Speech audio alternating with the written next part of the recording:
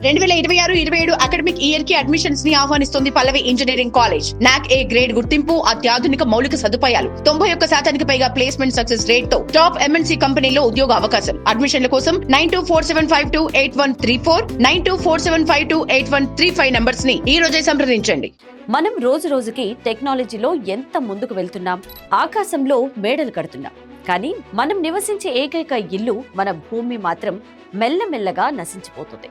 అసలు మనం జరుపుకునే గ్రీన్ డే లేదా ప్రపంచ పర్యావరణ దినోత్సవం వెనుక ఉన్న అసలు కథ ఏంటో తెలుసా? అసలు దీనిని ఎప్పుడు, ఎందుకు జరుపుకోవాలి? ఈ 3 నిమిషాల వీడియోలో క్లియర్గా తెలుసుకుందాం. ప్రతి సంవత్సరం జూన్ 5వ తేదీన ప్రపంచవ్యాప్తంగా పర్యావరణ దినోత్సవాన్ని గ్రీన్ డే జరుపుకుంటాం. దీని వెనుక పెద్ద చరిత్ర ఉంది. 1972లో స్వీడన్ రాజధాని స్టాక్ హోమ్లో ఐక్యరాజ్య సమితి ఆధ్వర్యంలో పర్యావరణంపై ఒక భారీ సదస్సు జరిగింది.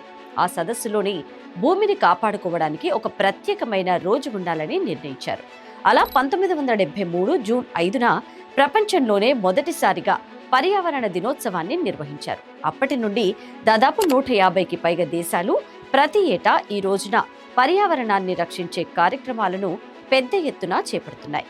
ఇక మనం పర్యావరణాన్ని నిర్లక్ష్యం చేస్తే భవిష్యత్తులో మన పిల్లలకి తాగడానికి స్వచ్ఛమైన నీరు, పీల్చడానికి మంచి గాలి కూడా దొరకదు. ఈ ప్రమాదాన్ని అందరికీ గుర్తు చేసి మేల్కొల్పడానికి ఈ గ్రీన్ డే. ఈ ఒక్కరోజు స్టేటస్లో పెట్టేస్తే పర్యావరణం మారిపోదు. మన దైనందిన జీవితంలో కొన్ని చిన్న మార్పులు చేయాలి. ఒక్క మొక్కైనా నాటండి. మీ పుట్టినరోజు లేదా ఏదైనా స్పెషల్ రోజున ఒక మొక్క నాటి దాన్ని కాపాడండి. ఇక ప్లాస్టిక్కి నో చెప్పండి. మార్కెట్కి వెళ్ళేటప్పుడు జూట్ లేదా బట్టల సంచులు వాడండి. నీటిని, విద్యుత్ని ఆదా చేయండి. అవసరం లేనప్పుడు లైట్లు, ఫ్యాన్లు, ట్యాపులు కట్టేయండి. ఇక ప్రకృతి మనకు అన్ని ఇచ్చింది. దాన్ని కాపాడుకోవాల్సిన బాధ్యత మనదే.